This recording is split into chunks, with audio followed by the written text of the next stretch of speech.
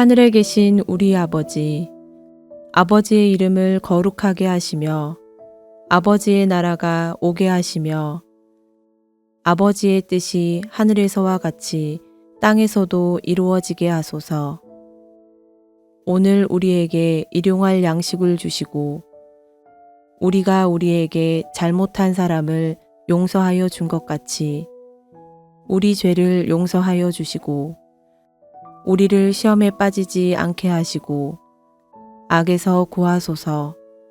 나라와 권능과 영광이 영원히 아버지의 것입니다. 아멘.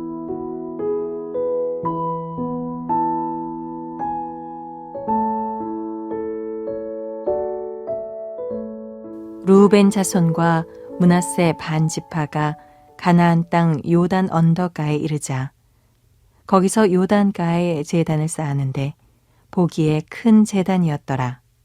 이스라엘 자손이 들은즉 이르기를 르우벤 자손과 갓 자손과 므낫세 반 지파가 가나안 땅의 맨 앞쪽 요단 언덕가 이스라엘 자손에게 속한 쪽에 제단을 쌓았다 하는지라. 이스라엘 자손이 이를 듣자 곧 이스라엘 자손의 온 회중이 실로에 모여서 그들과 싸우러 가려 하니라. 이스라엘 자손이 제사장 엘르아살의 아들 비느하스를 길르앗 땅으로 보내어 르우벤 자손과 갓 자손과 므낫세 반 지파를 보게 하되 이스라엘 각 지파에서 한 지도자씩 10 지도자들을 그와 함께 하게 하니 그들은 각기 그들의 조상들의 가문의 수령으로서 이스라엘 중에서 천부장들이라. 그들이 길르앗 땅에 이르러 르우벤 자손과 갓 자손과 므낫세 반 지파에게 나아가서 그들에게 말하여 이르되 여호와의 온 회중이 말하기를 너희가 어찌하여 이스라엘 하나님께 범죄하여 오늘 여호와를 따르는 데서 돌아서서 너희를 위하여 제단을 쌓아 너희가 오늘 여호와께 거역하고자 하느냐.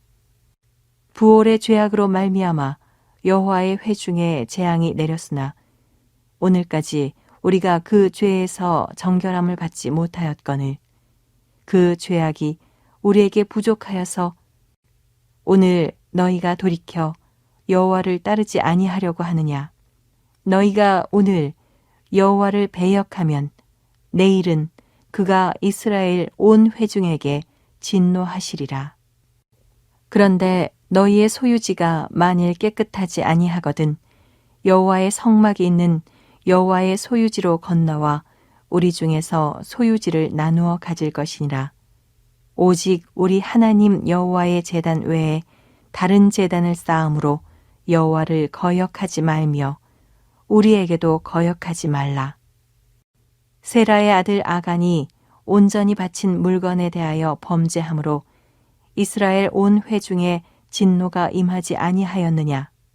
그의 죄악으로 멸망한 자가 그 한 사람만이 아니었느니라 하니라.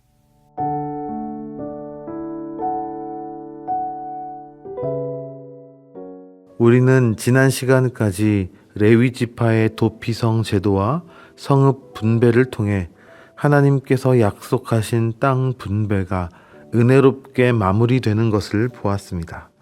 이제 긴 전쟁이 끝났습니다. 정복 전쟁은 끝났고 이제는 이스라엘 공동체가 평화를 누려야 할 시기입니다. 오늘 우리가 읽은 본문은 22장 10절부터이지만 1절의 내용부터 살펴보겠습니다. 여호수아 22장은 그 전쟁이 끝난 직후 요단강 동쪽에 기업을 받은 두 지파 반이 고향으로 돌아가는 장면으로 시작합니다. 그러나 훈훈하게 시작된 귀향길은 곧바로 이스라엘 전체를 내전의 위기로 몰아넣는 큰 사건으로 이어집니다. 오늘 본문을 통해 우리는 공동체의 하나됨을 지키기 위해 무엇이 필요한지 은혜를 나누고자 합니다. 첫째로 신실한 순종이 참된 안식을 가져온다는 사실입니다. 오늘 본문 1절부터 6절을 보면 여호수아는 르우벤, 갓, 므낫세 반 지파를 불러 그들을 칭찬하고 축복합니다. 그 이유는 무엇입니까? 그들이 약속을 지켰기 때문입니다. 이들은 이미 요단 동편에서 땅을 받았습니다. 굳이 요단을 건너 서쪽의 전쟁터까지 올 필요가 없었습니다. 하지만 그들은 모세와 맺은 약속대로 형제들이 땅을 다 얻을 때까지 무려 7년이라는 긴 세월 동안 선봉에 서서 싸웠습니다. 3절을 보십시오.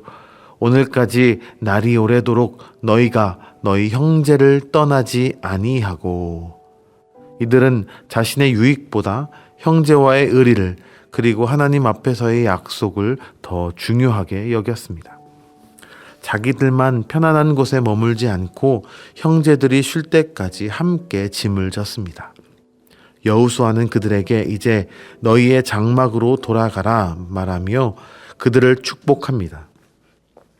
그냥 보내지 않았습니다.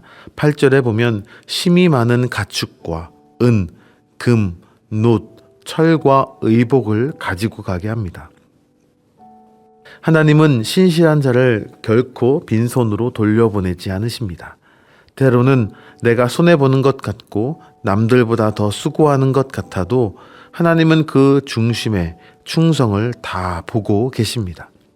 끝까지 자리를 지키는 사명자에게 하나님은 참된 안식과 풍성한 은혜를 주십니다. 우리 모두가 주님 오시는 그날까지 맡겨진 기도의 자리와 섬김의 자리를 오랫도록 지켜내는 신실한 종들이 되시기를 바랍니다. 두 번째로 살펴볼 것은 오해와 위기 속에 담긴 거룩한 열심입니다. 축복 속에 고향으로 돌아가던 동쪽 지파들은 요단강 언덕가에 큰 제단을 쌓습니다. 이것은 훗날 자신들도 이스라엘의 일원임을 잊지 않기 위한 기념비적인 목적이었습니다. 하지만 서쪽 지파들에게 이 소식이 전해졌을 때 반응은 충격적이었습니다.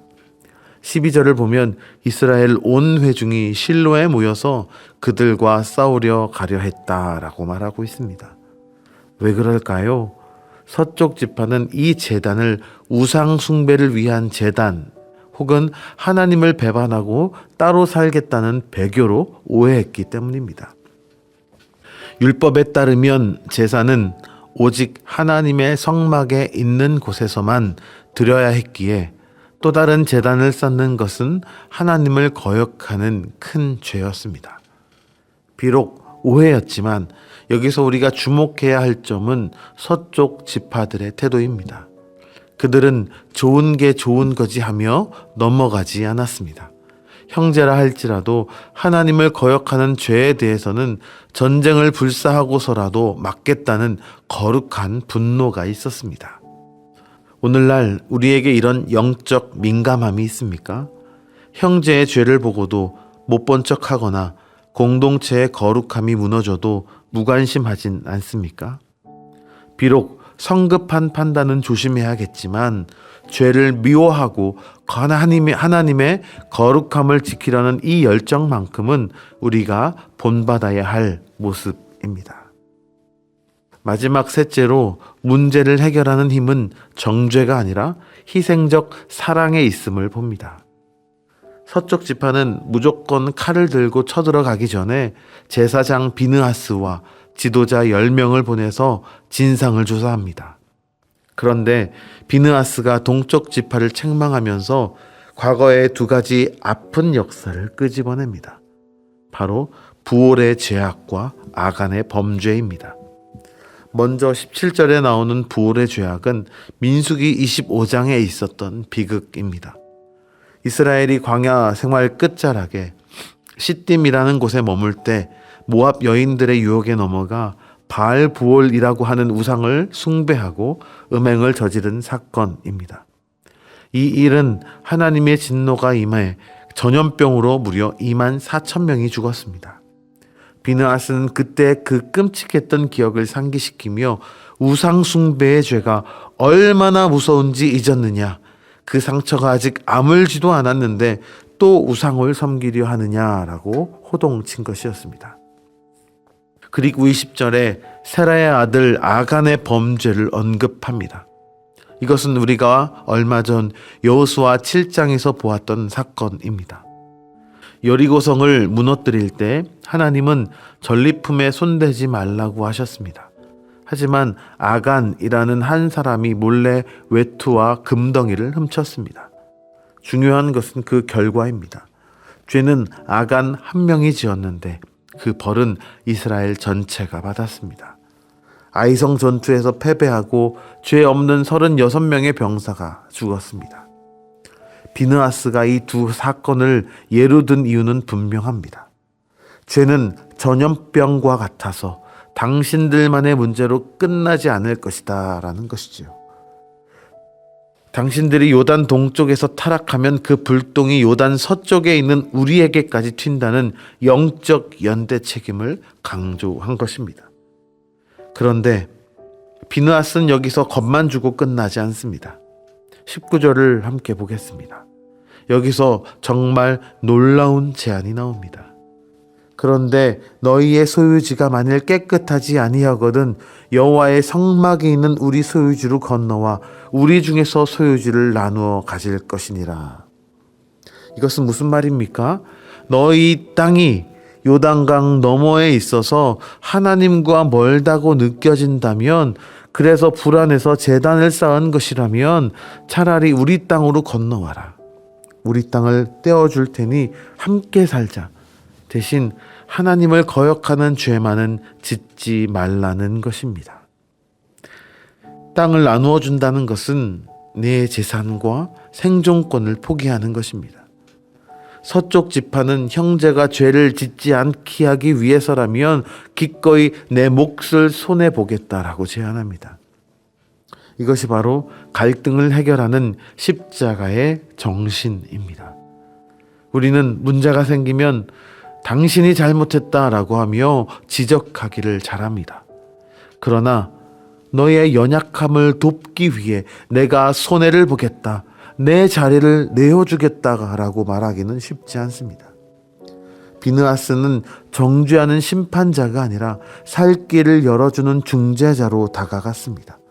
이것이 전쟁의 위기를 평화로 바꾸는 열쇠가 되었습니다.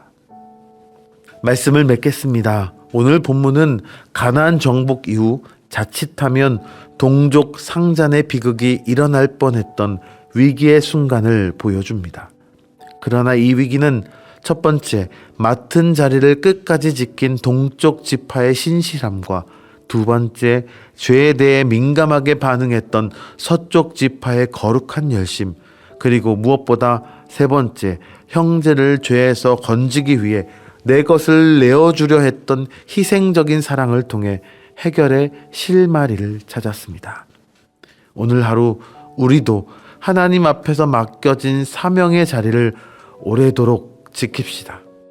죄에 대해서는 단호하되 사람에 대해서는 품어주고 내 것을 내어줄 수 있는 넉넉한 마음을 가집시다. 그럴 때 우리 가정과 교회 안에 있는 모든 오해는 풀리고 하나님이 기뻐하시는 거룩한 공동체로 세워지게 될 줄로 믿습니다.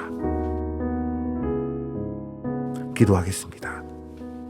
살아계신 하나님 아버지, 약속을 지키기 위해 긴 세월 인내했던 요단 동편의 자손들처럼 우리도 주님 앞에 서는 날까지 믿음의 의리를 지키는 성도들이 되게 하여 주시옵소서. 때로는 공동체 안에 오해가 있고 갈등이 있을지라도 섣불리 비판하기보다 형제를 죄에서 건지기 위해 나의 이익을 양보할 수 있는 성숙한 사랑을 우리에게 허락해 주시옵소서. 그리하여 우리 교회가 세상의 가치관이 아닌 십자가의 사랑으로 하나 되는 거룩한 공동체가 되게 하여 주시옵소서. 예수님의 이름으로 기도합니다. 아멘. 계속해서 더 깊은 묵상과 기도로 이어가시기를 바랍니다.